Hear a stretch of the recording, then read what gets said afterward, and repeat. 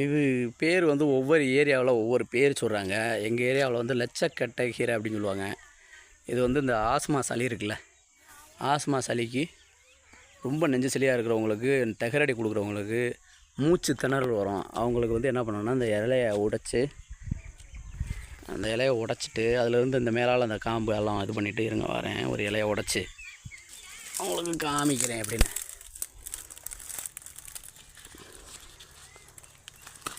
இந்த இடத்துல இது அந்த இலை இந்த நடுவில் வருதில்ல, இந்த இதை வந்து அதை எடுத்துடணும்.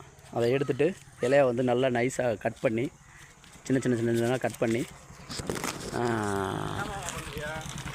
பண்ணிவிட்டு அதில் வந்து ஆட்டோட ரத்தம் இல்லைனா முட்டை, நாட்டுக்கோழி முட்டை,